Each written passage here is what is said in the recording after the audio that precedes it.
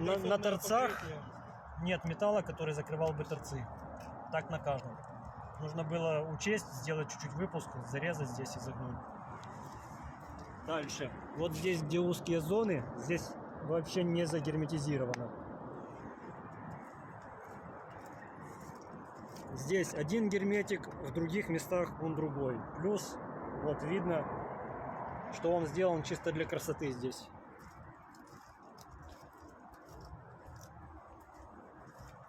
Дальше аналогично, на торце тоже должен быть металл. Углы не загерметизированы.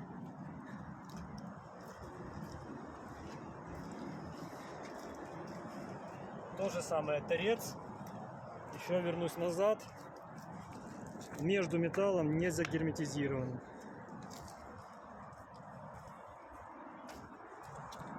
Углы пустые.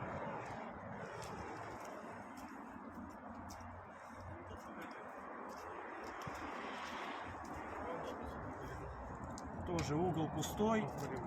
Здесь вот герметика минимум, и он отстает. Тут герметик нанесен только для красоты. Вообще его тут нет. Ну вон там тоненькая каемочка, он, наверное. А, там его и нет даже, это клей торчит наш.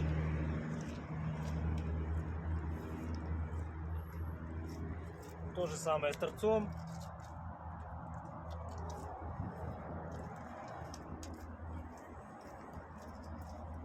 Вот обычный какой-то санитарный силикон. С углов со всех отваливается. Стыки пустые. И тут конкретно вот было тоже затекание. Сейчас сфокусирую. Вот тут везде было затекание, вон герметик шевелится. Как следствие, вода затекла в утеплитель под плитку и посрывала нафиг ее и верхний защитный слой. Вот она вся бухтит.